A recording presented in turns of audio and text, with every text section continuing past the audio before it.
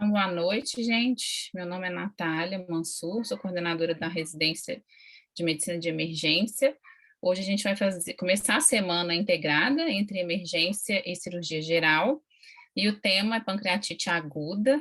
Agradecer aí já de antemão, né, a presença da Adriana Pianetti, que é a coordenadora da cirurgia geral, e ao Clemes, que está aqui, diretor técnico do Hospital Odilon Berens, e os demais, né? Então, vou passar a palavra para a Júlia.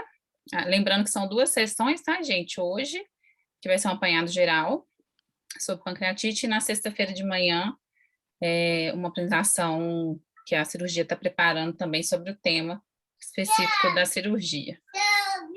Então, é isso. Passar a palavra para a Júlia e depois a gente faz um tempo para discussão.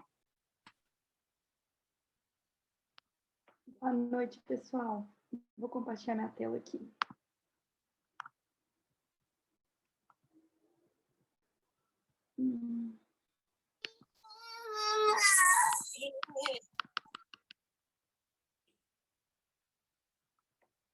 Perdão.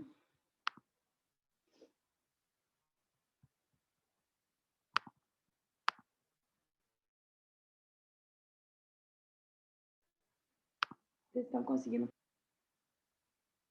Tá certinho? Alguém dá um ok, que eu não tô vendo mais. Estamos vendo só a capa. Então, beleza. Pessoal, então, boa noite. Meu nome é Júlia, para quem não me conhece. Eu sou preceptora da Clínica Médica lá do Odilon. Trabalho junto com a urgência, lá na sala amarela também da UPA, com os residentes de clínica e de emergência. Então, como a Nath já falou, a gente vai falar de pancreatite aguda, abrindo essa semana. Hoje eu estou responsável por falar um pouco, né, um apanhado geral mesmo de pancreatite aguda. Eu vou passar pelos tópicos principais da doença, passar bem rapidamente por complicações, mas em seguida, na sexta-feira, a gente vai ter uma aula da cirurgia geral sobre quando chamá-los, né? Quando pedir interconsulta, quando a pancreatite ficou complicada. Eu acho que vai dar mais para a gente falar um pouco disso. A aula foi baseada nesses principais sumários e no final a gente abre para discussão. Então, gente, a pancreatite aguda, ela é definida como desordem inflamatória do pâncreas que causa dor e elevação das enzimas pancreáticas. Ela é uma das principais síndromes do trato gastrointestinal que requer internação, junto com colestite aguda, apendicite, úlcera gastroduodenal. Ela tem uma apresentação clínica muito variada, desde o paciente leve, que vai ficar poucas horas no pronto-socorro, até pacientes graves, que podem evoluir para óbito. E por isso que a pancreatite aguda é um grande desafio para o emergencista, para o clínico e cirurgião, definir como que esse paciente vai evoluir e como intervir nesses pacientes. A incidência anual, segundo dados do americano, a gente tem de 13 a 45 casos a cada 100 mil habitantes. A gente está vendo uma incidência aumentou mais de 10% na última década, com o aumento da obesidade e, por consequência, também aumento da colelitíase. É uma internação de alto custo para o sistema de saúde, chegando a 2,5 milhões de dólares para cada internação, e uma taxa de mortalidade geral de 10%, com uma variedade grande entre elas, né? Que desde o paciente leve, que vai ter uma mortalidade quase próxima de zero, até o paciente mais grave, que pode chegar a 17% de mortalidade. A apresentação do paciente, como eu disse, ela é muito variada, mas ela tem dois principais sintomas: dor abdominal, náuseas e vômitos. A dor abdominal, ela está presente em até 95% dos casos de pancreatite aguda. Ela é um sintoma inespecífico, mas que geralmente o paciente queixa de uma dor abdominal na região superior do abdômen, com radiação para dorso, que a gente chama de uma dor em faixa. É uma dor normalmente contínua, que varia de intensidade moderada a forte, normalmente se relaciona com a alimentação, piora com a alimentação, e normalmente leva o paciente, após o início do quadro de dor, a procurar o pronto atendimento. Náuseas e vômitos está presente em até 90% dos casos. também gerando uma intolerância alimentar, uma hiporexia mais importante. Em casos graves, os pacientes podem apresentar sudorese, dispneia, sensação de empachamento abdominal e uma dor abdominal mais intensa, levando à irritação peritoneal. No exame físico, a avaliação do abdômen, né, a avaliação da dor, diferente de outras etiologias, outras patologias do trato gastrointestinal, a gente não tem nenhum sinal muito específico que vai falar é pancreatite ou não é pancreatite aguda. A dor geralmente está na palpação, pode ser difusa, pode ter defesa. A gente vê associado normalmente distensão abdominal com redução dos vidros aéreos. A gente sempre tem que procurar no nosso exame físico sinais de gravidade, então avaliar a hipotensão, taquicardia, taquipneia, e procurar as alterações cutâneas, que são raras, mas que podem ajudar a gente a definir tanto gravidade quanto ajudar para fazer o diagnóstico. As principais alterações cutâneas é aquele famoso sinal de Greytane, sinal de Kuhn e a paniculite. A paniculite, sempre lembrar de procurar nos membros inferiores, é onde a gente normalmente costuma achar. O sinal de Kuhn é esse hematoma em região da cicatriz umbilical. E o sinal de Greytane é o hematoma nas regiões do flanco. O sinal de Greytane e o sinal de Kuhn, eles são indicações indiretas de pancreatite. Eles indicam para a gente que teve um sangramento retroperitoneal. Eles estão presentes em menos de 3% dos casos de pancreatite aguda e, por isso, são sinais muito pouco sensíveis e pouco específicos para a gente fazer o diagnóstico. Mas, diante de um exame físico, uma anamnese que a gente suspeita, a gente tem que ver como fazer o diagnóstico desse paciente. E o diagnóstico passa por 3 tripés. O diagnóstico passa pela dor abdominal, que a gente já falou, né? A gente fala de dor abdominal típica, apesar de ser difícil da gente ver isso na prática, essa dor abdominal em faixa, né, que falam, mas a gente passa pela dor abdominal, passa pela a elevação das enzimas pancreáticas e o exame de imagem sugestivo. A gente precisa de 2 desses 3 tripés, que formam os critérios de Atlanta, para a gente dar o diagnóstico de pancreatite. Passando pela elevação das enzimas pancreáticas. As enzimas pancreáticas, então, são enzimas exócrinas produzidas pelas células acinárias do pâncreas. A amilase e a lipase são jogadas no duodeno. A amilase, ela tem uma particularidade de não ser produzida só pelo pâncreas, mas também ser encontradas nas glândulas salivares. Ela tem um pico mais precoce diante de uma pancreatite aguda. Ela tem uma meia-vida curta, uma sensibilidade que gira em torno de 67% a 83%, e uma especificidade de 85% a 98%. A lipase, por sua vez, tem um pico um pouco mais demorado, ela permanece elevada por mais tempo, permanecendo elevada por até 14 dias, e diferente da amilase, ela tem uma sensibilidade melhor. Para a gente fazer um critério diagnóstico da pancreatite aguda através da enzima pancreática, a gente precisa que ela esteja elevada mais de 3 vezes o valor de referência.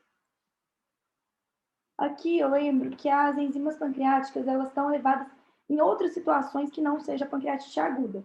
Outras situações do próprio pâncreas, né? Uma alteração anatômica, uma neoplasia, outras doenças do trato gastrointestinal, obstrução intestinal que eleva tanto lipase quanto amilase, úlcera duodenal que eleva lipase, e até outras situações fora do trato gastrointestinal. Por exemplo, a lipase a gente pode ver aumentado no paciente HIV positivo e a amilase, por exemplo, no paciente com salpingite ou gravidez ectópica.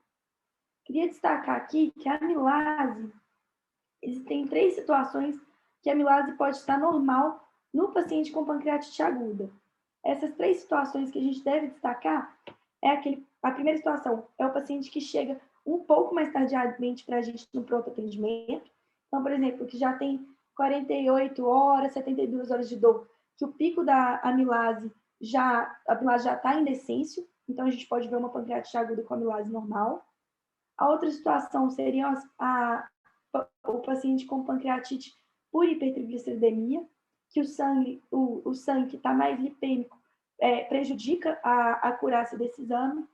E o paciente com pancreatite induzida por álcool também pode ter amilase normal. Isso acontece em mais ou menos 20% das pancreatites por álcool.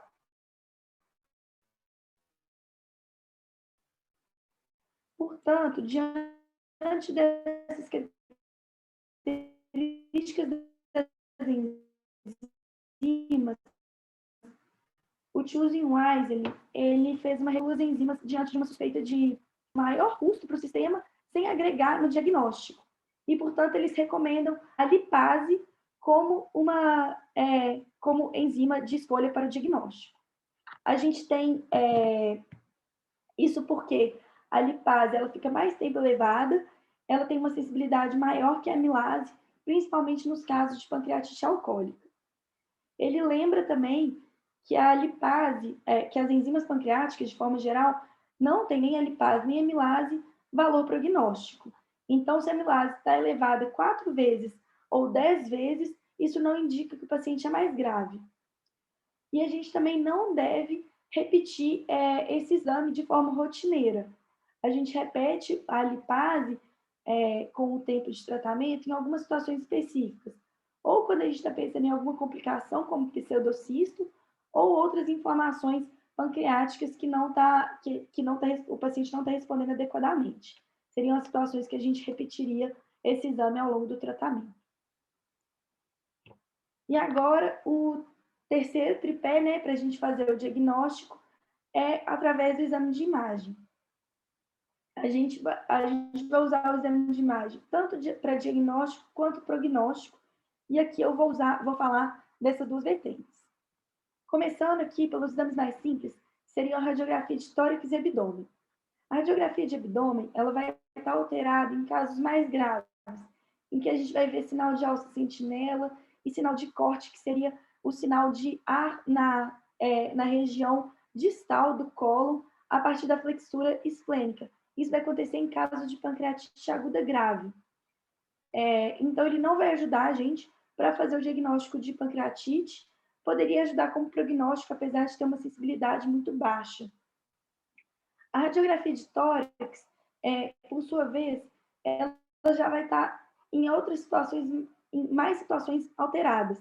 A gente vai ver tanto o paciente com pancreatite aguda pode apresentar elevação da cúpula diafragmática esquerda, derrame pleural à esquerda e também a telectasia de base. A gente pode ver em até 20%, um terço dos casos, na verdade, vão ter uma radiografia de tórax alterada quando o paciente apresenta com pancreatite aguda. Em relação ao ultrassom abdominal, a gente já sabe que o ultrassom abdominal para visualização de pâncreas, de forma geral, não é muito bom. Diante de uma pancreatite aguda, a visualização se torna mais difícil, por duas principais razões. A primeira é pela dor, então, para o probe, né, quando a gente está fazendo o exame com o probe, pode dificultar por conta da dor, ter essa limitação. E, além disso, pela distensão de alça, aumento de gás intestinal vai tornar a visualização do pâncreas ainda mais difícil. Então, ele não tem um valor para a gente fazer diagnóstico e também não tem um valor para prognosticar esse paciente. Ele vai ter um papel para investigação etiológica que a gente vai falar nos próximos slides.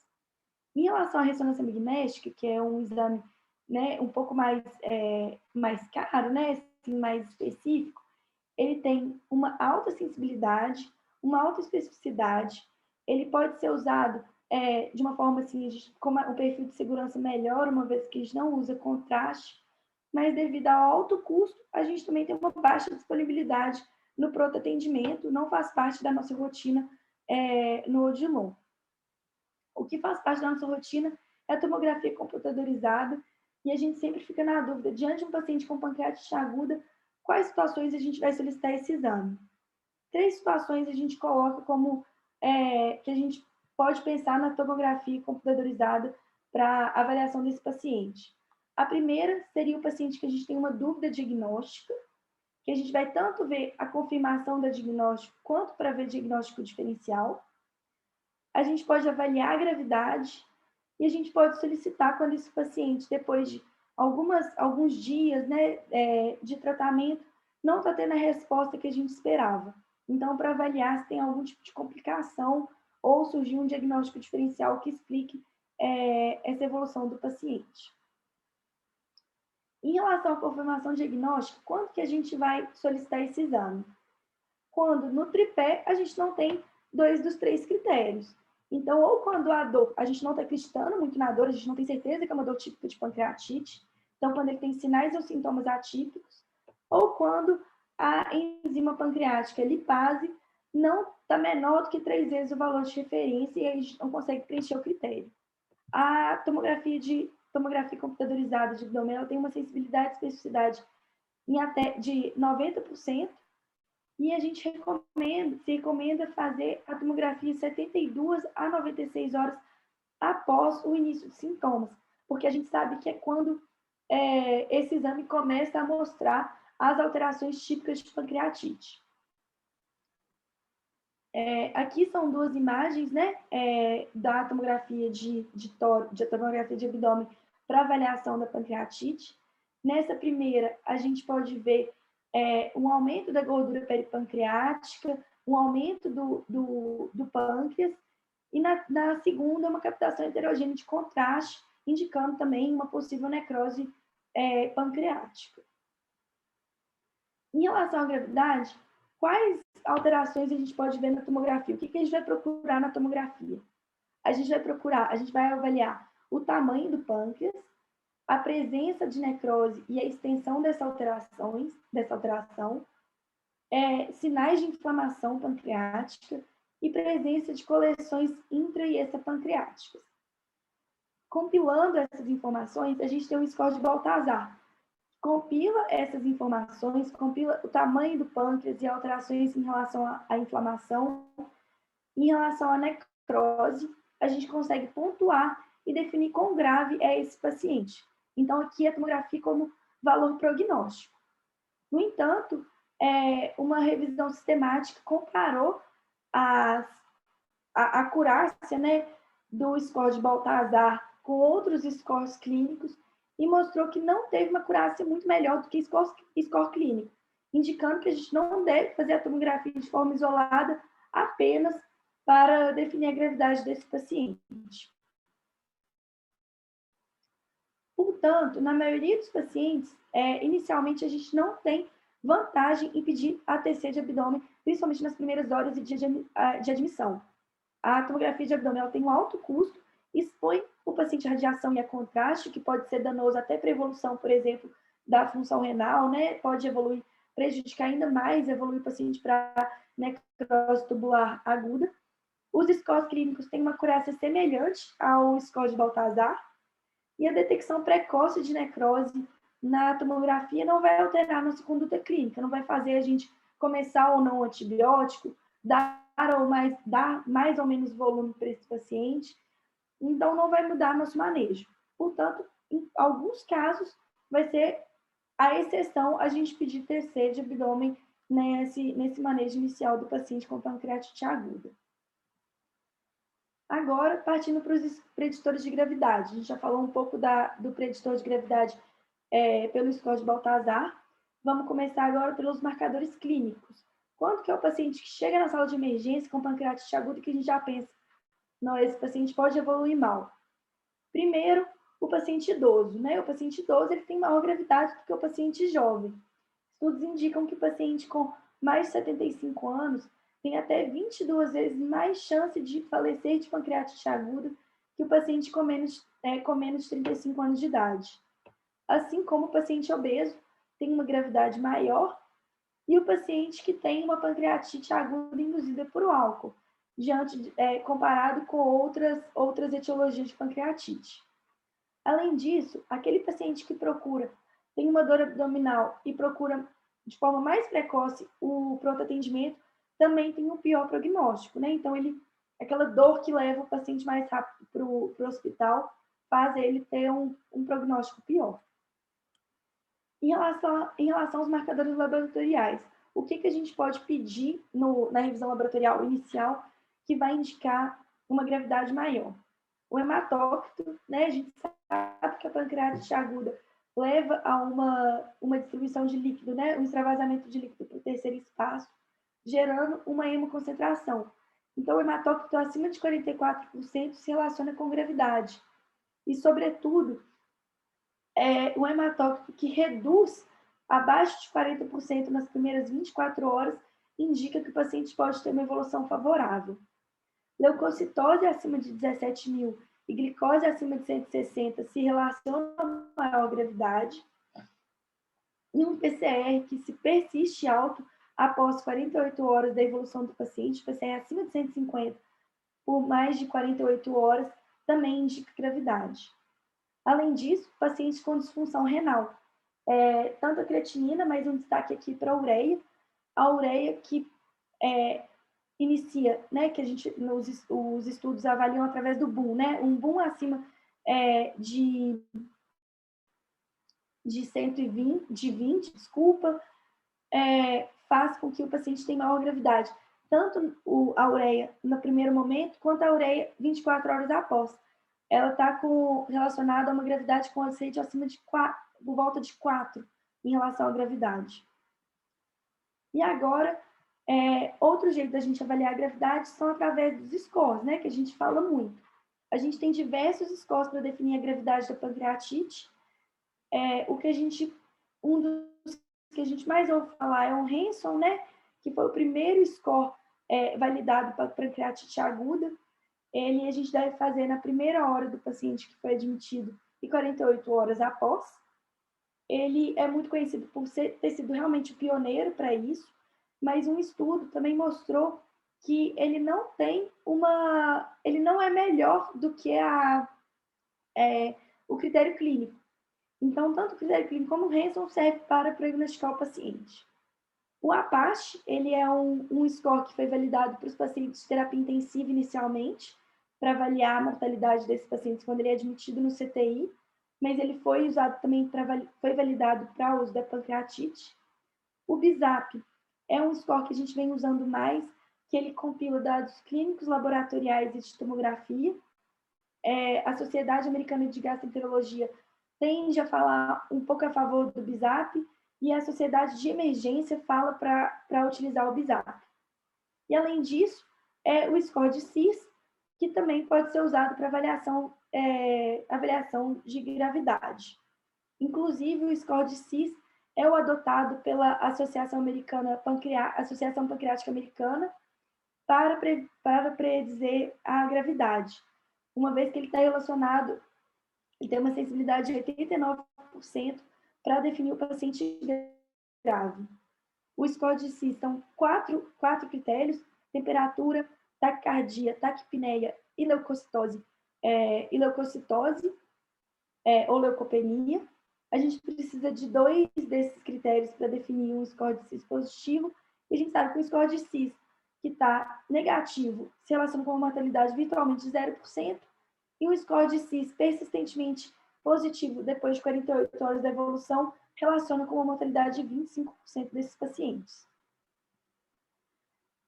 No entanto, esse estudo publicado em 2016 foi uma revisão sistemática de 9 estudos que incluiu 53.450 pacientes, avaliou 18 scores, mostrou uma sensibilidade e especificidade ruim para cada um deles. Mas esse foi um estudo com uma alta heterogeneidade. A gente não conseguiu, inclusive, o estudo não conseguiu fazer uma meta-análise adequada, eles até falam, e conclui que tem uma evidência insuficiente para definir qual é o melhor score. E aí, os principais sumários falam que esses scores têm uma baixa acurácia para definir qual paciente é grave, eles podem ter uma difícil aplicação, dependendo, né, de tempo de avaliação de alguns exames complementares, e que não vai alterar o manejo do paciente. Portanto, eles falam para a gente unir 3 principais pilares. O pilar da avaliação e reavaliação frequente. Então, o paciente que a gente deve reavaliar quando possível, né, de hora em hora, de 4 em 4 horas, para a gente ver como que ele está respondendo às medidas clínicas, associada a exames complementares, por exemplo, o hematócrito e a ureia, nas primeiras 24 horas, para ver como que o paciente respondeu a esse manejo inicial. Agora, passando para as etiologias de pancreatite aguda. As etiologias que a gente mais comuns, né? O álcool e a litíase biliar, em alguns estudos, estão responsáveis por até 90% dos casos. A hipertrigliceridemia vem como uma terceira causa que a gente tem que estar atento no setor de emergência. Destaco medicamentos, causas idiopáticas e outras causas que são bem menos comuns, como autoimune, alterações anatômicas. O cálculo biliar, né, a colelitíase, ela é responsável por até 40% dos casos de pancreatite aguda. E são os cálculos menores que vão causar pancreatite, os cálculos de até 5 milímetros. E aqui até por isso, é uma curiosidade, que apesar da colelitíase ser muito mais comum na mulher, homens com colelitíase têm mais pancreatite, uma vez que os homens têm cálculos menores do que as mulheres. A gente tem que lembrar do cálculo biliar naqueles pacientes, né? Uma coisa que ajuda a gente a pensar nessa etiologia, naqueles pacientes que chegam com uma dor abdominal, às vezes um pouco mais intensa no hipocôndrio direito, que já tem uma alteração, né, inicial de bilirrubina, gama-GT e fosfatase alcalina. E aí vai ser quando o ultrassom de abdômen vai ter uma ajuda para a gente fazer nesse início para investigar a etiologia. Em relação ao álcool, ele é responsável por até 35% dos casos. 10% dos pacientes etilistas poderão manifestar a pancreatite aguda. E lembrar que é o uso crônico do álcool. A gente precisa de pelo menos 4 doses diárias de álcool por 4 anos para o paciente ter um maior risco de desenvolver pancreatite alcoólica. Então, aquele paciente que bebe no final de semana, que chega vomitando, que às vezes pode ter uma elevação de enzima pancreática, a gente não pode confundir esses pacientes com pancreatite aguda. A gente tem que ver a exposição contínua e grave, né, e intensa ao álcool. Em relação à hipertrigliceridemia, ela já é responsável por bem menos casos, né, até 4%, mas vira e mexe no de longe a gente vê alguns casos. A gente tem lembrar sempre do triglicérides acima de 1.000, vai ser aquele que tem maior risco, né, de desenvolver hipertrigliceridemia. E às vezes o diagnóstico vem quando a gente faz a coleta do primeiro exame, que a gente já consegue ver um sangue com alto teor de gordura. O medicamento, a gente sempre lembra, né, apesar de não ser tão comum, a gente sempre lembra do medicamento, são mais de quando a gente pega os medicamentos que podem causar pancreatite, são mais de 500 na lista, e medicamentos dos mais comuns aos mais graves. Assim, aos mais graves não, né? Aos mais raros de ser usado na prática clínica. Mas, por exemplo, até enalapril entra como um possível medicamento relacionado à pancreatite. Destaco também ácido valproico, isoniazida. Teve uma época que a gente falava muito dos os inibidores de SLGT1, que também causavam pancreatite, hoje se vê que não é tão relacionado. E as causas idiopáticas são aqueles pacientes que depois da gente fazer uma investigação extensa, a gente não consegue definir a causa. E aí teve uma meta-análise que estudou os pacientes que foram colestectomizados depois de um episódio de pancreatite idiopática. E viram que os pacientes que foram submetidos à colestectomia tiveram uma menor recorrência de pancreatite depois do procedimento cirúrgico, indicando que talvez, né, isso é uma evidência indireta de que a maioria, muitos dos pacientes que a gente diagnosticou com pancreatite idiopática, talvez ele teve uma pancreatite por colelitíase que a gente não identificou nessa investigação inicial, que a gente vai precisar de exames um pouco mais especializados, né, como uma CPRE ou um ultrassom endoscópico de via biliar para identificar cálculos menores. E agora, o manejo. O manejo da pancreatite aguda é um manejo suportivo, que a gente vai passar por avaliação ressuscitação volêmica, nutrição, suporte nutricional, analgesia e correção de distúrbios hidroeletrolíticos. Em relação à ressuscitação volêmica, a gente já sabe que a gente deve fazer uma hidratação vigorosa nas primeiras horas, uma vez que esse paciente tem uma perda de líquido pelo terceiro espaço. E a gente sabe que essa hidratação vigorosa reduz a mortalidade, diminui a incidência de necrose tubular renal e reduz a incidência de necrose pancreática. E quanto que a gente tem que fazer? Aí é uma das principais dúvidas e que os sumários se divergem. A gente sabe naquele paciente que chega instável, é um pouco mais fácil de responder, e os sumários eles falam que é aquela situação de 20 ml quilo nos primeiros 30 minutos. Onde eles se divergem é a situação no primeiro dia. A maioria deles não faz uma definição por meta, né? Eles não falam tem que ser 5 a 10 ml quilo-hora, tem que ser 4.000 ml, aqui não, 4.000 ml em 24 horas. Eles não definem tão bem. Eles vão desde uma variação, se você calcular para um paciente de 70 quilos, desde uma variação que coloca em 24 horas 2 a 3 litros de ressuscitação volêmica, até 8 litros. Então, eles não têm uma definição. A maioria deles, quando define como a gente deve fazer ressuscitação volêmica, fala de uma terapia guiada por metas clínicas. E aqui eu acho interessante a gente trazer, e eu acho que é onde a gente deve focar, que é na reavaliação desse paciente de forma mais sistemática, igual a gente fez para avaliar a gravidade.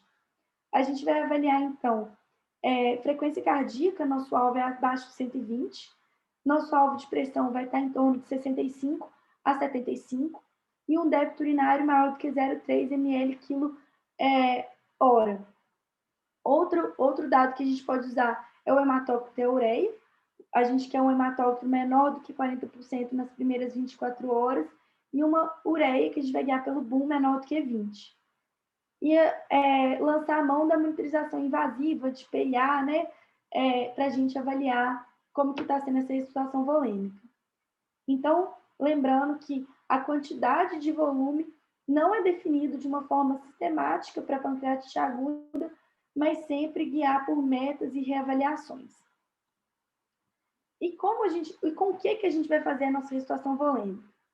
A gente já sabe que já optar por solução cristalina preferência ao coloide, uma vez que o coloide já tem estudos, né, já tem estudos bem consolidados que se relaciona com desfechos negativos em relação à solução cristalina. A dúvida gira em torno de ringue lactato ou solução salina 0,9%.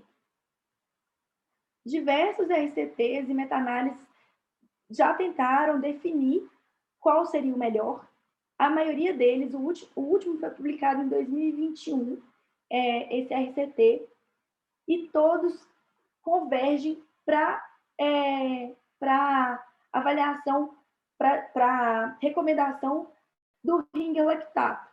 Mas não teve nenhuma evidência forte, um grade 1A, que fala você deve fazer ringue lactato, mas todos mostrando uma tendência de melhora de parâmetros clínicos a esse tipo de solução. Portanto, o UpToDate, a Sociedade Americana de Gastroenterologia e a Sociedade Americana do Pâncreas, né, fala a favor do ringue lactato, a não ser nos pacientes que têm uma pancreatite por hipercalcemia, que a gente preferiria a solução salina 0,9%, uma vez que o ringue lactato tem na sua composição um pouquinho mais de cálcio. Mas então a gente tem uma preferência ao ringue lactato para esses pacientes.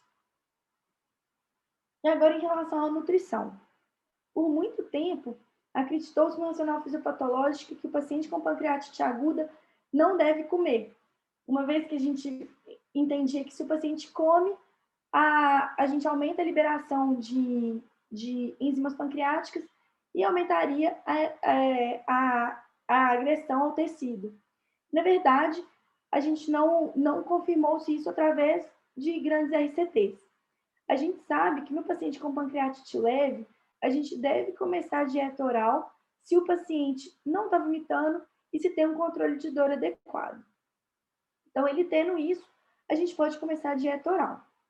E com o que a gente vai começar a dieta oral? A gente pode começar a dieta oral, tanto uma dieta líquida restrita, que era o que a gente mais usava, mas a gente viu que a dieta com baixo teor de gordura tem um perfil de segurança semelhante. Então, a recomendação, não tem recomendação em uma e outra, e nenhum outro tipo de dieta mais específico, vai ser de acordo com a tolerância do paciente.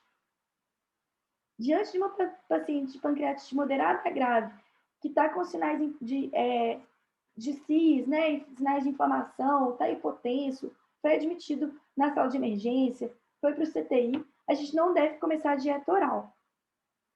Quando que a gente vai começar o suporte nutricional? Porque a gente sabe que atrasar o suporte nutricional também é ruim. A gente deve pensar no suporte nutricional quando, após 3 a 5 dias de observação, né, de tratamento, o paciente não está tolerando a dieta. Então, 3 a 5 dias após o paciente ser admitido, a gente tem que começar a pensar no suporte nutricional. Lembrar que o suporte nutricional aqui, a gente sempre vai preferir a dieta pela via enteral em relação à via parenteral. A dieta via enteral, a gente vai começar a dieta padrão, não tem nenhuma dieta específica, outra específica, oligométrica, HCHP, nenhuma que a gente deve prescrever, focado na dieta padrão, e a dieta parenteral deve ser reservada naqueles pacientes depois de tentativa, inclusive de sonda pós-pilórica, o paciente não está tolerando, porque a dieta parenteral ela está relacionada a piores desfechos. E o controle da dor é outro pilar que a gente tem que avaliar, né, e focar. Primeiro, a gente vai voltar à ressuscitação volêmica desse paciente, porque a gente sabe que o paciente hipovolêmico piora a dor, porque ele faz mais isquemia pancreática e aumenta o lactato, o que também pode perpetuar a dor. E a analgesia pode ser com opioide. Antes a gente achava que o opioide devia ser evitado, mas a RCTs, né, do início dos anos 2000 já mostrou que é uma opção segura e efetiva para controle da dor na pancreatite. Então, não ter medo do uso, né, da morfina, que é nosso principal opioide, na sala de emergência. Última recomendação em relação ao manejo é contra a antibiótico profilaxia. Então, no paciente com pancreatite aguda, inicialmente não é recomendado o uso de antibiótico profilático, independente desse paciente ser grave ou não. A gente vai usar o antibiótico como antibiótico terapia, né? Assim, se o paciente tem indício de alguma infecção sobreposta, e aí entra principalmente a infecção da necrose pancreática ou infecção do pseudocisto. As complicações, só para passar e para terminar a aula, as possíveis complicações de pancreatite aguda são o acúmulo de líquido pancreático e peripancreática, formação de pseudocisto, formação de necrose pancreática estéril ou infectada, a necrose pancreática bloqueada, trombose de veia esplênica e a síndrome de compartimento abdominal, que é o paciente grave, pode ter uma evolução bem trágica, né? A gente já viu algumas vezes ali no setor de emergência e no CTI 5. Para fechar a aula, então, quais são as conclusões? Para avaliação da gravidade, focar na anamnese e no exame físico, solicitar exames laboratoriais tanto para diagnóstico através da lipase, quanto a estratificação de risco através daqueles exames que a gente comentou. TC de abdômen não é uma rotina, a gente deve ficar atento à tratação vigorosa, lembrar que a meta nossa vai ser, através das reavaliações clínicas, né, definir qual que é o suporte volêmico adequado, lembrar que essa hidratação é nas primeiras 24 horas, depois de 24 horas, o paciente, a gente tem que segurar a mão na hidratação, porque ele tem maior risco de edema agudo de pulmão, de evoluir para uma intubação orotraqueal. A gente não deve adiar o suporte nutricional, principalmente no paciente com pancreatite aguda leve, e nos pacientes moderado a grave, considerar o suporte nutricional com via enteral após 3 dias de manejo, 3 a 5 dias. E lembrando que a antibiótico profilaxia não é uma rotina. É isso, gente. Foi meio rapidinho, correria, mas vamos discutir aqui alguns pontos da aula, quem tiver dúvida. Vou parar o compartilhamento para ver vocês. Obrigada, Júlia. Excelente aula. Passou nos pontos-chave aí, né, que a gente precisa discutir. Convidar todo mundo para, né, quem puder abrir as câmeras, a gente tem convidado, porque acha que melhora a nossa concentração. Agradecer aqui o Bruno também, que eu não falei no início, né? Bruno Belezia, gerente da linha de cuidado cirúrgica do hospital, está aqui também. Tereza Fritz, coordenadora da terapia intensiva. Hoje está todo mundo que precisa aqui, para a gente sair daqui sabendo tudo de pancreatite.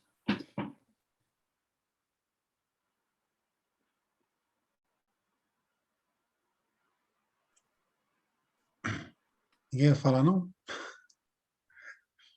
Posso então começar, Ana? À Está me vontade, ouvindo? claro. Não, só fazer um rápido comentário. Primeiro, parabenizar a Júlia, né? Porque a aula foi. Pancreatite aguda é muito grave, às vezes, mas é muito simples assim, de tratar, né? Assim, não tem muita confusão, então não dá para inventar muita moda, inventar muito antibiótico, muita coisa cara na fase inicial. É o que ela falou, né? A parte clínica é fundamental. A literatura recentemente tem abolido mesmo os scores, né? Quer dizer, é o quadro clínico do doente que determina tanto o diagnóstico dela grave, né, da pancreatite leve, e isso a gente vê muito bem na enfermaria, muito tranquilo de ver, a pancreatite leve, aquela intermediária e a grave está na terapia intensiva, ou está na sala de emergência, sendo reanimada, sendo ventilada, ou em terapia de insuficiência renal. Então, assim, os scores realmente ficaram para um segundo plano, o diagnóstico, os scores clínicos, na verdade, a parte clínica é fundamental para o diagnóstico da gravidade. A gente não deve ficar muito preocupado com exames caros, né? Evitar, principalmente a Teresa está aí, né? O intensivista e o emergencista, querer pedir tomografia muito precoce na pancreatite, usualmente é uma tomografia desperdiçada. Você não vai usar ela para mudança de terapia. O cirurgião não vai entrar na fase inicial, né? O cirurgião, a gente vai discutir essa sexta-feira, né? Ele vai entrar na fase mais tardia, a partir da segunda semana, 10º dia, que começam a aparecer as complicações infecciosas. E com o Step-Up Approach, cada vez mais a gente tem sido menos invasivo nessa terapêutica e deixando, aos poucos, né, ali pela segunda, terceira semana, começando a intervir, né, por setor. Né? A gente vai discutir isso na sexta-feira. Tá? Na fase aguda, às vezes, a Júlia já falou aí, né, em relação à média imagem, se a gente tiver dúvida de diagnóstico, né, diagnóstico diferencial, às vezes a tomografia é importante. Tiver um abdômen mais duvidoso, sinais de irritação, defesa, aí o cirurgião talvez tenha que ser chamado. Né? E, às vezes, eventualmente, a pancreatite aguda complica na fase aguda com perfuração de úlcera de estresse, isquemia de colo transverso, né? E que, às vezes, tem que intervir pela complicação e não pela doença em si. Dificilmente um cirurgião vai intervir na primeira semana de uma doença pancreática aguda, mexendo no pâncreas, porque usualmente é fatal, né? Um órgão que sangra muito e a intervenção ela é mais deletéria. Tá? Só uma coisa para a gente lembrar na emergência, é importante, Júlia e Natália, a gente categorizar o início da doença, porque o início da doença nos fala em que momento a gente está na possibilidade de complicação infecciosa, principalmente. Então, quantos dias tem de doença? Né? 1, 2, 3, 4 dias? Então, isso é importante saber, porque quanto mais tardio tiver, mais chance do cirurgião precisar intervir. Tá? Outra coisa são as pegadinhas, né? Que a gente vê nos anos, aí, nos 25 anos de Odilon. Não é incomum um doente, principalmente o alcoolista, né? Que ele cuida muito mal da vida, né? Chegar, às vezes, grave, a gente achar que tem 2, 3 dias de doença, e a doença dele está vindo já há 2, 3, 4 semanas. Ele está naquela fase da complicação infecciosa. Então, só ficar atento para isso, né? O doente que estava vindo com uma dorzinha mais pouco evidente, um quadro protraído, de repente ele complica, está na fase da necrose infectada, com 3, 4 semanas, e está achando que está com 3, 4 dias. Então, ficar atento para isso. Tá? O excesso de TC, eu sou um verdadeiro defensor, né, de não fazer tomografia a qualquer custo. Né? A tomografia tem que ser pensada, né, porque o doente de pancreatite grave vai precisar de tomografia depois para a decisão, e se a gente desperdiçar a tomografia agora, como a Júlia falou, mais radiação, né, e mais confusão para o paciente. Então, a gente deve preservar o doente nessa fase, né, da tomografia desnecessária, tá bom? E, basicamente, é isso, né?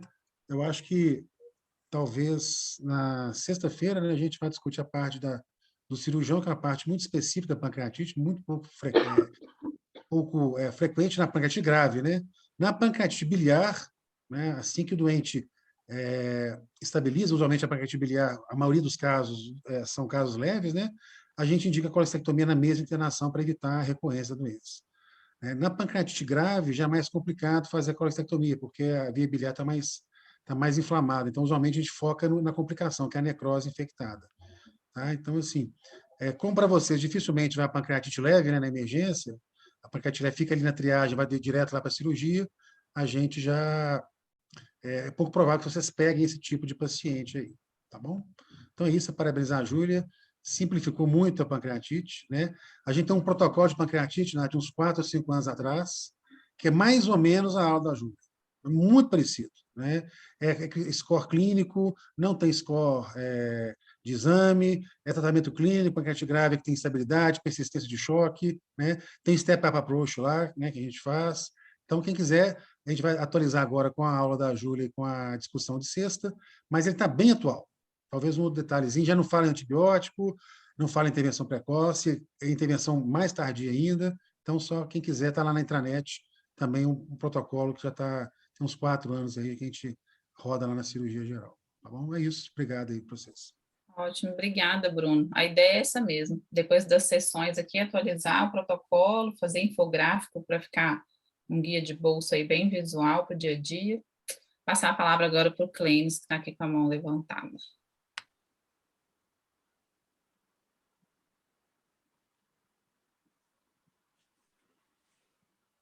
O microfone está no mudo, Clênis. Agora sim. Boa Agora noite, sim. pessoal. Boa noite, Natália. Estão me escutando bem agora? Estamos. Então, começar agradecendo a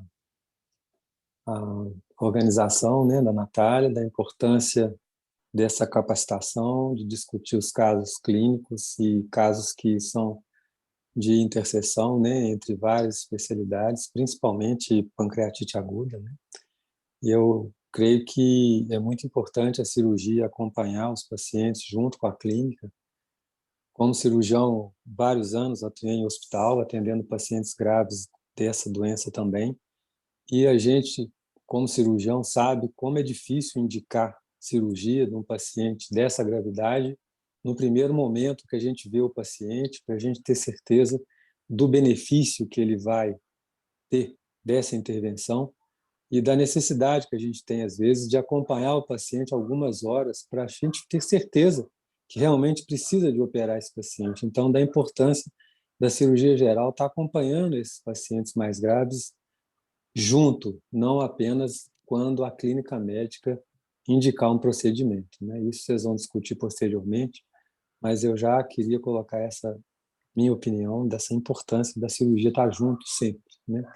A Júlia foi muito feliz no último diapositivo dela, que ela colocou ali alguns pontos chaves, né, que eu acho que são fundamentais para quem está tratando pancreatite e que é o mais recente, o que a gente mais vê às vezes, que a gente falha, né?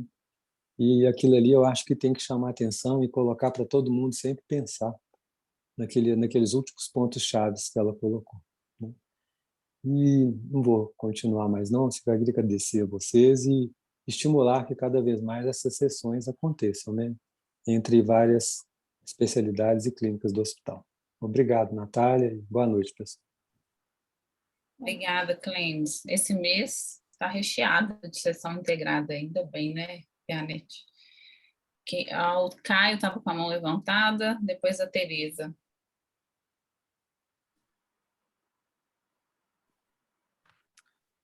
Boa noite a todos, boa noite, Júlia, boa noite, Natália, pessoal da cirurgia aí, Pianete, minha ídola da cirurgia aí. Parabenizar a Júlia, excelente aula, difícil, um tema denso, e falar um pouco a minha visão da emergência, que não é à toa que é um tema muito bom de ser estudado na emergência, porque a fase inicial é uma fase que acaba sendo decisiva. Toda etapa é importante para o paciente crítico, a continuidade, né, é essencial, mas a parte inicial tem alguns detalhes que a gente pode ter um poder lesivo importante nesse paciente. Uma das primeiras coisas que a gente começa a pensar, estudando pancreatite, é que ela se assemelha muito com o paciente, a pancreatite grave com o paciente em choque séptico. Que aí essas dúvidas que a gente eventualmente pode ter em relação à quantidade volêmica, a pedir exames, a classificar e estratificar, Quando a gente pensa em choque séptico, essas dúvidas são muito menores, porque é uma coisa mais rotineira de se tratar. E eu acho que as grandes síndromes se parecem muito, a pancreatite grave e o choque séptico. Por que eu estou falando isso? A estratificação de risco, o paciente que teve hipotensão, teve disfunção orgânica, que é o que classifica a pancreatite grave, não há dúvida que esse paciente vai precisar de terapia intensiva. Então, esse é o objetivo dos scores, é ver quem vai precisar de CTI e quem pode ser acompanhado e reavaliado, a princípio, não CTI. Mas os scores são importantes, eu só quero dizer que a maioria deles, os que têm maior sensibilidade e especificidade, dependem de exames. E é muito fácil você classificar esse paciente sem exames, com avaliação clínica, que foi justamente o que a Júlia falou muito bem aí. Um segundo ponto importante, que aí cai numa coisa que eu gosto de estudar muito na emergência, que é ressuscitação, expansão volêmica. O que a gente tem de mais concreto de todas as fontes, né? Eu vou citar o guideline do Colégio Americano de Gastroenterologia, que ele ainda não foi atualizado, e ele fala de 250 a 500 ml hora nas primeiras 24 horas, podendo ser acrescido dos 20 ml quilo se o paciente tiver hipotenso. Vamos pensar que o paciente com pancreatite, ele não perdeu volume, ele está desvolêmico, ele está extravasado, ele está inflamado.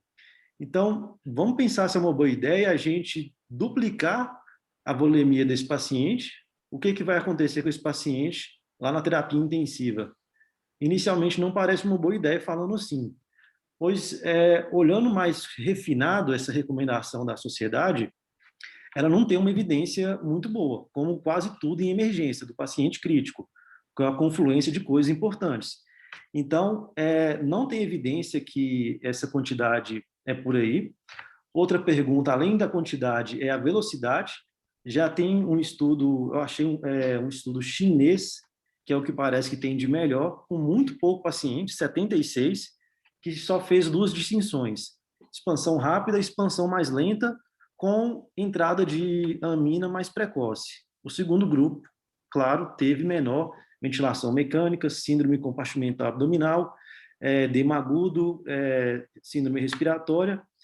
Então, é aquilo que eu falei no começo. Quando a gente começa a pensar que é um paciente em choque séptico, basicamente ele se comporta como um paciente em choque séptico, a gente não tem muita dúvida na hora de entrar com amina, na hora de não ser agressivo com volume, e aquela história que a gente estuda, pancreatite, que ele fala de diluir o hematócrito, isso a gente tem 24 horas para fazer.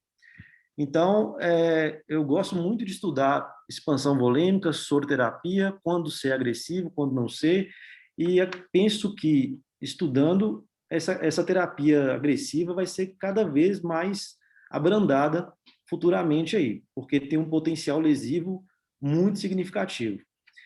Pensar que o paciente que chega com pancreatite grave, com injúria renal, tentar consertar isso com expansão não é uma boa ideia. Pode ser que esse paciente já chegou em necrose tubular, você não vai conseguir reverter isso com expansão. Pensar que o paciente que chega taquicárdico, você também pode não conseguir corrigir isso com expansão, porque ele está inflamado.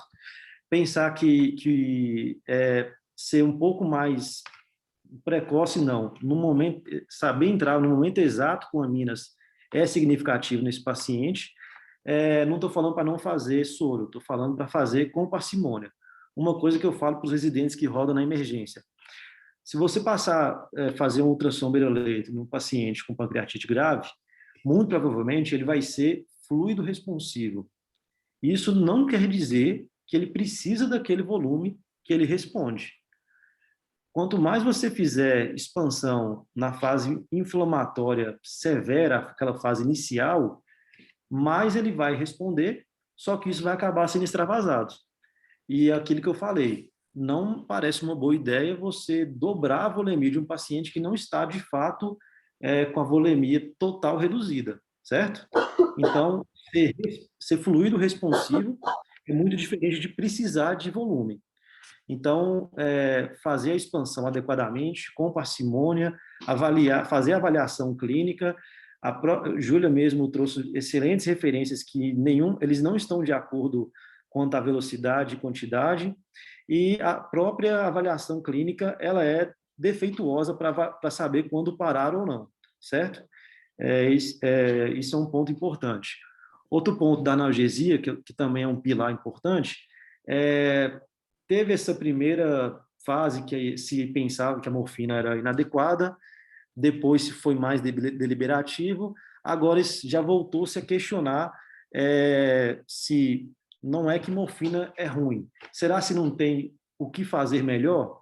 Ao invés de pesar a mão de morfina, a gente fazer uma coisa mais multimodal, analgesia fixa, dipirona fixa, infusão de ketamina em dose baixa, também se mostrou seguro, não se associou com delírio, não se associou com alucinação, esses sintomas negativos da ketamina, dose bem baixa, 0,1, 0,3 miligrama quilo-hora, se mostrou-se bons resultados com resgate com opioide. Claro, ainda não temos um RCT provando que teve melhora em desfecho, mas é mais ou menos nessa ideia que a gente trabalha na emergência. Então, esses três pilares que eu queria dizer. O score, que no primeiro minuto na sala de emergência já sabe que vai precisar de CTI, esse é o melhor score que você consegue dar para o seu paciente. A agressividade, tem muito cuidado com isso. O paciente ele pode estar com o intravascular ruim, mas o extravascular extravasado. Então, lembrar que esse paciente não perdeu volume, dar 8 a 12 litros no primeiro dia, com certeza vai ter um potencial lesivo. E a terceira coisa é a analgesia multimodal. Eu acho que tem um impacto muito forte nesse paciente. Obrigado, Júlia. Obrigado, pessoal. Obrigada, Caio. Acho que sua comparação foi muito feliz, né, de pancreatite com sepse. Eu acho que é por aí. A gente tem que ver se tem lesão de órgão-alvo para saber se chama de grave ou não, né? Não necessariamente tem que ficar focado em um score ou outro, mas sim saber o que os scores estão ponderando, né? E basicamente é isso. Tem lesão de órgão-alvo e o manejo vai ser muito parecido com sepse, né? Tá urinando, o nível de consciência tá bom, não só o ultrassom que vai guiar a ressuscitação volêmica, não. Passar a palavra para a Tereza, que a gente já está estourando nosso tempo aqui. Primeiramente, boa noite a todos, né? Eu gostaria de agradecer o convite, Natália, parabenizar a Júlia pela apresentação dela, né? E falar para vocês aqui um pouquinho sobre a visão do intensivista, que às vezes diverge um pouco da visão do emergencista. Com relação à definição de ir ou não para o CTI, os scores eles vão ser importantes, porque essa definição, na hora que o paciente chega, ele está inflamado, você está olhando para a carinha dele, ele está com a carinha ótima, falando só que está com dor abdominal, e às vezes ele chega para você já com a pancreatite no estágio avançado. Então, esses scores eles são importantes exatamente para poder definir para onde é que vai esse paciente. Esse paciente vai para a enfermaria só com uma hidratação, ou ele vai para o CTI para ser monitorizado mais de perto. Então, eu concordo com o Caio aí no que ele está falando em termos do score, porque ele, juntamente com o quadro clínico do paciente, ele vai definir para onde esse paciente vai. Muitas das vezes a gente se engana, manda esse paciente para a enfermaria, é um paciente que necessitaria de UTI. Uma outra coisa que chamou a atenção, que eu vi que o Bruno falou ali, que foi muito importante, é a história clínica do paciente. Às vezes o paciente chega na sala de emergência e a gente pensa que o D1 dele foi ali ou 2 dias atrás. E, na realidade, depois, quando a gente vai ver, o paciente já tem 2 semanas de evolução, já está evoluindo com febre, e, às vezes, a gente não tem o entendimento que ele já está entrando numa fase de complicação infecciosa. Então, saber a história clínica do doente, para saber o time dele naquele momento, é muito importante, porque, às vezes, a chamada da cirurgia geral, ela vai ser precoce ao olhar de alguns, mas, às vezes, a história natural do paciente já está correndo aí há vários dias. Então, é muito importante a gente ter a percepção disso aí. Com relação ao tratamento da pancreatite, o tratamento realmente é suportivo. Eu entendo aí as colocações do Caio com relação à ressuscitação volêmica, mas isso aí é muito controverso, né? o paciente está completamente inflamado nesse momento em que ele chega, e a ressuscitação volêmica é hoje um tratamento que a gente não pode deixar de dar nessas primeiras horas, porque nós, a terapia intensiva, nós pegamos o paciente numa fase já mais avançada. Então, chega o paciente na terapia intensiva e a gente às vezes questiona, será que esse paciente não deveria ter sido ressuscitado melhor na sala de emergência? Então, saber qual é o melhor, a quantidade e o melhor momento de parar de dar a ressuscitação é muito difícil. Mas os macroparâmetros de perfusão que nós temos hoje, eles são importantes. Diurese, nível de consciência, igual a Natália falou, os microparâmetros de perfusão, igual o lactato, entre outros, que já são considerados ultrapassados, mas num conjunto eles falam a favor da ressuscitação ou não, o uso do ultrassom. Então, eu sou muito a favor, sabe, Caio, dessa ressuscitação vigorosa nas primeiras horas do paciente, mesmo que o paciente esteja inflamado e mesmo que ele esteja disvolêmico, conforme você falou, tá? O uso da amina, às vezes, vai ser necessário, mas o que a gente vê é que o uso da amina, ele entra aí num segundo plano, né? A gente usa menos a amina, só mesmo se realmente for um choque importante, porque normalmente a gente não dá o volume, não é porque o paciente está hipotenso, é porque ele realmente está dando sinais de desidratação com sinais de baixo débito. Então, às vezes a hipotensão vai ser num outro momento, às vezes ele vai estar com sensório rebaixado, com volume débito urinário reduzido. Então, a amina ela entra num outro momento, porque ela pode, inclusive, piorar essa fase da taquicardia dos pacientes. Com relação ao uso do analgésico, o uso da dipirona fixa, a gente questiona muito, porque a gente tem a febre como um sintoma, uma manifestação importante. Então, a dipirona ela pode mascarar essa temperatura aí, e a gente prefere tatear com a morfina. Sei que esses conceitos estão mudando, mas a tendência que a gente tem tido é realmente lançar mão da morfina, da hidratação vigorosa nessas primeiras horas da pancreatite e utilizar o score como definição do paciente, para onde o paciente vai, no momento em que ele está na emergência, que você vai definir para onde realmente ele deve ir, ok? É isso aí, Natália. Obrigada. Obrigada, Tereza. Lineu, você estava com a mão levantada? A Tereza... Acho que é porque você pegou o horário aí, ou não, dá para fazer um comentário rápido aí. Rapidinho, dá?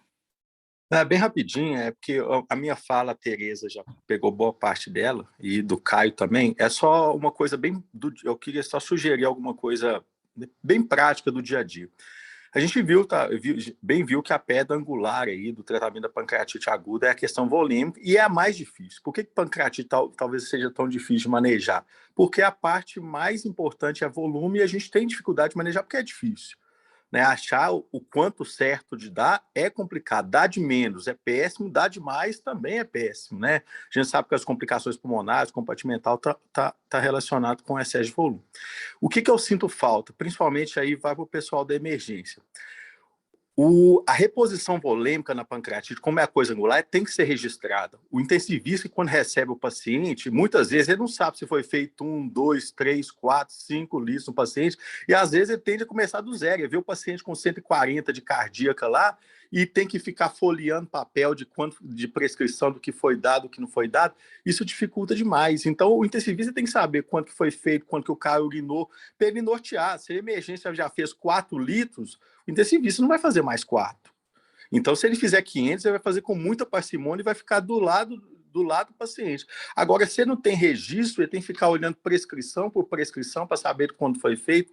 Isso é complicado. Então, pancreatite, o quanto foi feito de volume, o quanto que o paciente urinou, o clearance de lactato desse paciente e outros dados, tem que ser fácil do intensivista ver, tem que estar no cabeçalho assim, da lista de problema dele. Então eu acho que isso eu sugeria assim, uma coisa bem prática do dia a dia, que a gente faz pouco, é sobre reposição volêmica, está bem anotado desses pacientes quando chega lá. Que isso, Lineu, a gente trabalha num hospital que tem um sistema informatizado, não temos mais esse negócio de folhear papel. Que hospital que você está trabalhando? Brincadeiras à parte, obrigada, Lineu. Tem que anotar mesmo, porque isso aí é frequente. Vou deixar a Pianete fazer os comentários finais e fechar a sessão para a gente, então. Primeiro, eu queria agradecer, né, o convite, acho que foi super bacana fazer junto com a clínica e cirurgia, né, às vezes a gente tem uns embates e tal, então achei que foi muito legal fazer aula conjunta. A Júlia deu uma aula excelente, foi sucinta, não floreou demais, falou o que tinha que falar, e eu acho assim que, apesar de estar discutindo ressuscitação volêmica, isso é coisa muito mais do clínico do que nós, né, lógico que a gente pega também, a gente pega muito mais pancreatite leve, por causa das bilhares que o Bruno falou, né, e as graves a gente entra depois. Mas eu acho que o principal, que são duas coisas que eu vejo no Odilon, e eu vejo cada vez mais frequente, é o diabo da tomografia para fazer diagnóstico. É um inferno isso lá no Odilon. O paciente botou a patinha no hospital, tem história de colitíase, tem história sugestiva. Antes da milase ficar pronta, já está o doente com a TC. 6 horas de pancreatite já é indicação de TC. Então, isso aí é uma coisa que a gente joga TC fora demais. Acaba quando o doente fica grave, que a gente tem que fazer uma TC com uma frequência maior. Você já irradiou o doente todo. Então, assim, o pessoal mais novo tem que botar na cabeça que TC não é diagnóstico. 98% a gente consegue fazer diagnóstico com quadro clínico e laboratório. Dificilmente você vai precisar da TC como definição de diagnóstico. São raríssimos os casos. E outra coisa que a gente vê muito que a gente vê com frequência, botou a patinha também no hospital, toma antibiótico. Vira e mexe, a gente pega pancreatite leve com antibiótico, e às vezes, por ansiedade do clínico, do cirurgião, mesmo pancreatite grave, a gente sabe que o doente está ruim, mas a gente vai começar um antibiótico. E não é hora, né? O doente está inflamado, ele está ruim mesmo. Não é o antibiótico que vai resolver a vida dele. E eu fiz residência num serviço que era referência de pâncreas. Então, eu fico pancreatite grave até entortar. E eu lembro que eu era residente e a gente tinha um paciente mais novo, grave para capeta de pancreatite, e eu desesperada, porque os clínicos não davam conta. Eu fiquei assim, chefe, mas a gente tem que operar, o doente vai morrer, o doente vai morrer. Eu falei assim, mas está na fase inicial. Eu falei assim, mas vai morrer se a gente não fizer nada. Eu falei, você quer fazer o quê? E é o que o Bruno falou, se a gente abre o doente na fase inicial, se não for síndrome de compartimento abdominal, a gente vai matar o doente. Então, não tem o que fazer. Indicação, a Dani vai falar, mas a gente realmente, eu falo com os doentes, quanto mais longe o doente da pancreatite crônica ficar da gente, melhor é para o paciente. Quando a gente chega, é porque a coisa já desandou de vez. Então, quanto mais longe o doente fica da cirurgia, melhor para o paciente. Porque a gente entra nos casos bem ruinzinhos, nós tivemos uma sequência de casos ruins, acho que quase todo mundo da clínica deve ter conhecido a Bárbara, que graças a Deus saiu bem dessa vez. Se for somar no último ano, ficou quase 6 meses internado. Agora tem o Bruno, que é do Arlen que está lá também, já tem um tempo, que a gente já mexeu e a gente não ajuda muito e tem as complicações. Então é isso. Não vou estender demais, não, porque a Natália está com o tempo por corrida, e sexta-feira a gente fala das indicações cirúrgicas. Tá bom? Mas valeu, foi super bacana ter participado. Não, beleza, eu não estou com o tempo curto, não. Meus meninos estão tudo dormindo. Mas é porque a gente tem esse compromisso mesmo de não estender muito, porque como é toda terça, né? Mas foram ótimos, gente. Ótimos os comentários. A aula está gravada, depois a gente disponibiliza o link para quem não esteve aqui. E acho que sexta-feira vai ser um complemento muito importante para essa discussão, né? Quando essas complicações, síndrome de compartimento, quando acionar a cirurgia, quando que a cirurgia tem que estar o tempo todo com a gente, acompanhando pancreatite ou não. E é isso, vamos ver se a gente bola uns infográficos, uns podcasts, já tem uns podcasts sobre o tema, inclusive de não ficar pedindo amilase, pedir solipase, tem esse podcast lá no Tópicos, e aí acho que daqui dá para a gente fazer novos podcasts muito importantes, infográficos também. Beleza? Muito obrigada a todo mundo. E boa noite. Até sexta-feira, 8 horas da manhã, no auditório do GEMP e online também. Beleza? Até. Obrigada, gente.